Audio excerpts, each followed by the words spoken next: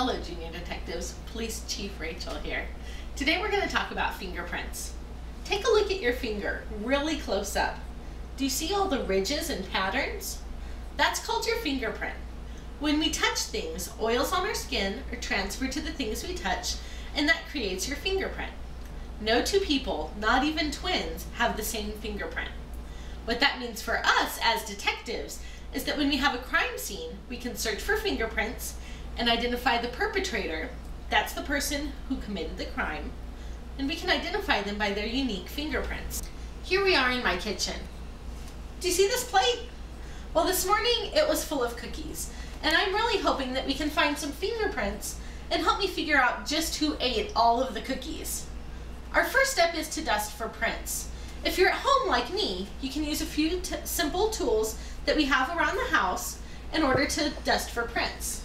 You will need some flour, cocoa powder, a soft makeup or paint brush, some tape, and a piece of light and dark paper. The first thing that we're going to do is dip the brush into the flour. I think that we'll start off by dusting this wall for prints and see if maybe the perpetrator leaned up against the wall while he was enjoying my tasty cookies. So we're going to get just a little bit of flour on here and start by brushing up and down the wall. Whenever we find a fingerprint, we'll be able to tell because we'll find the shape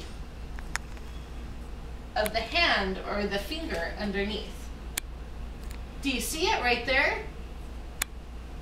Kind of appears just like magic. It looks like my perpetrator, might be a little bit taller than I am, is leaned up against this wall. So we're going to go ahead and take a couple of these fingerprints by getting a stretch of tape, just like this, and then placing it over the fingerprint.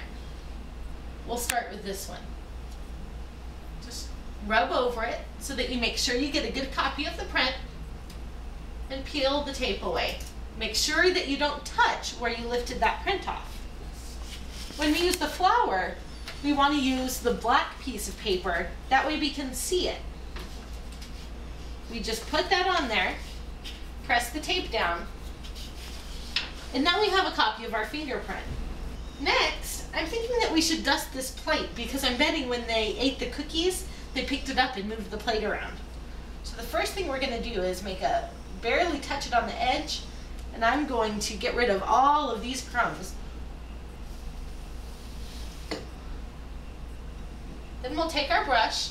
Since this is a really light thing that we're trying to lift prints off, we'll dust this with the cocoa powder so it'll be easier to see.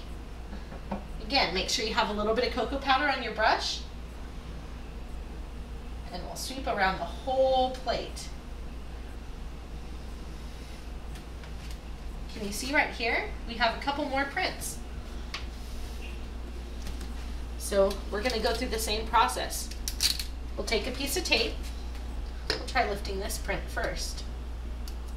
Just stick it down, rub over it to transfer the cocoa onto the piece of tape, and lift it up carefully. We'll put the cocoa on white paper, that way we can see the print.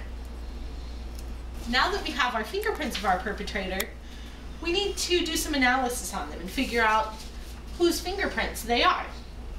There are three main types of fingerprints that people have.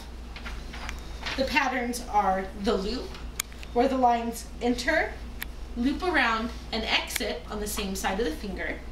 This is the most common type of fingerprint as a variation on this pattern.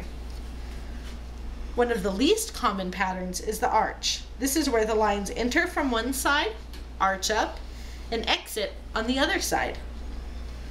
The last pattern is called the whorl. It's a circular pattern and has lines that go around the whole base of the finger. So, when we look at our fingerprints that we have here from our perpetrator, if we look closely, we can see that these are loops. The lines come in, loop up, and then come back out on the same side on each of the fingerprints. We can see the same thing on these that we took from the cocoa. They come up, loop, and come back out on the same side. Looking at these together, They look like they're probably from the same person, so I think the same person who leaned up against this wall is the same person who touched this plate and is the person who took my cookies. Now the next thing we have to do to analyze is match up the fingerprints. I've already taken some fingerprints of people who have been in the house. These are fingerprints of my husband.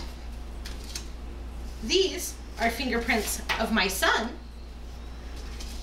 And these are the fingerprints of a serviceman who was in our house earlier this afternoon. I'm going to show you how to take fingerprints using my fingerprints. That way I can prove my own innocence.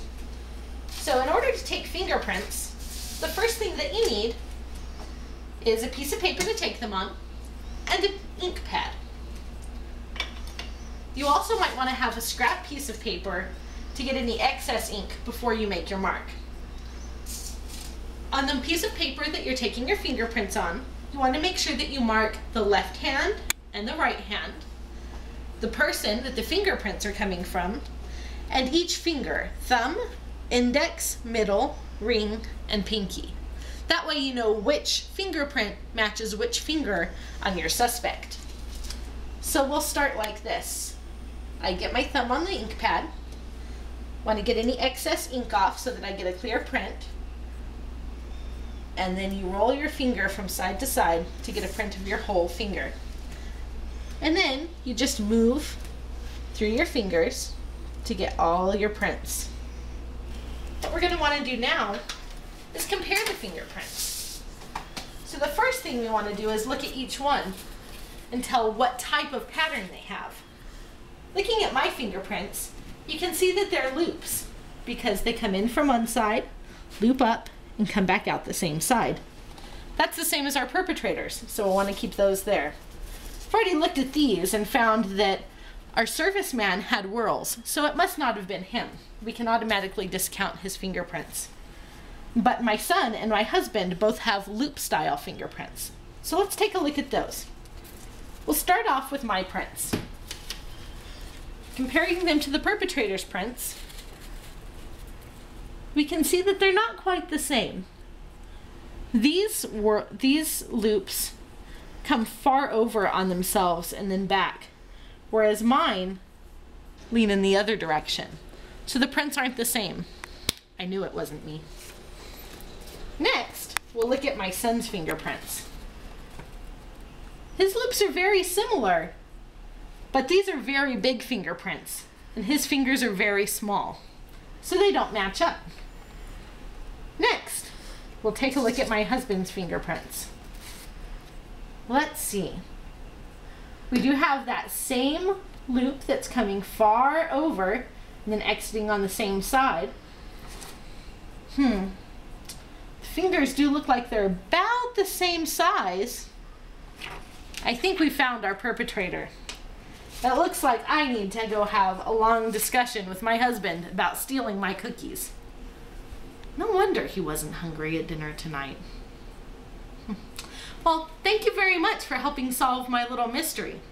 Now you can use the skills that you've learned here to take fingerprints of friends and family and other suspects that you may have, and you can lift fingerprints off of items, either light items using cocoa powder or dark items using flour and a soft brush and some tape, and you can solve your own mysteries.